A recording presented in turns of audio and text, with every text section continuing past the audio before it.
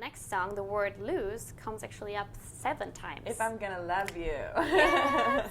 If I'm gonna love you, I'm gonna lose you.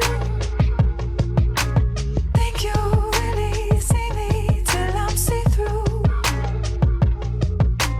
When you pull me under, I'm gonna let you. So one lyric I want to read because it's so beautiful. You said, my type is someone who looks good in red flags, a sad kind of wisdom beneath their bad mood. Like, I just love the kind of like metaphor in it and the picture of it. And I think we've also all kind of been there before in like a relationship that feels so toxic, but for some reason so addicting too. Like you just don't know how to get out of that cycle of pain because it's also an intense feeling, you know, that makes you feel something. Yeah. Do you feel like in these bittersweet moments of life, you as an artist find inspiration? Yeah. Yeah. I do, and I think sometimes I'm almost drawn to highs and lows because I'm an artist, you know, and I am blessed with a beautiful life. And so I think sometimes I'm drawn to kind of heightened emotional situations, you know, and I think I don't really judge myself for that because, like I said, I'm grateful for a lot of heartbreak in my life. I think those things can be really useful for a person.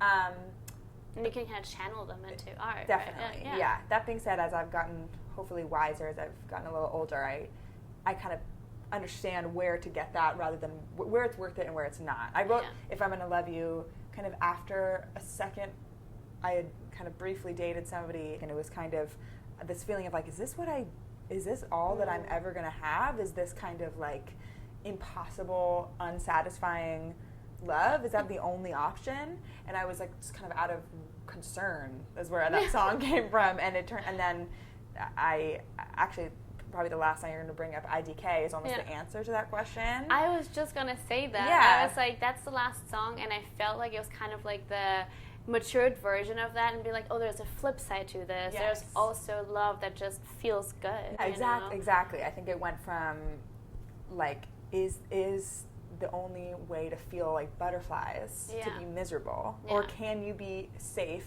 and be like super in love? And it turns out you can't. That's what IDK is the answer to. Beautiful. Do you ever feel like though that are you ever afraid that you won't find inspiration in like contentment and happiness?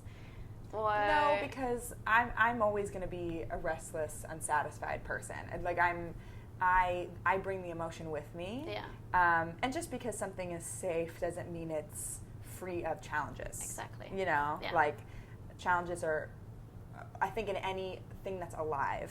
If a relationship is dead, maybe there's no challenges. But if it's a living relationship, I think there will always be a challenge, and I will always find something to say about it. Always. Beautiful. We can't wait for more. We can't wait for more songs. So my last question today, since time is one of the topics in like Hymn for Tomorrow, we're talking about tomorrow.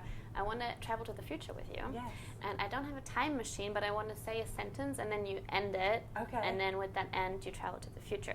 Amazing. So that sentence is, from collaborations with Kendrick Lamar and performing with Maroon 5 to being signed to BMG, and what's next? I want to just reach as many people as I can in the world and sing for as many people as I can. Tour the world, sing for everybody, connect with as many people on the personal level that my songs go to as possible.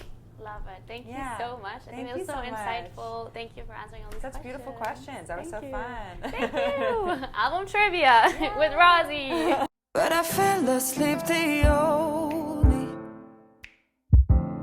such a long, long time ago. Some new day come in my dreams. This is my hymn for tomorrow.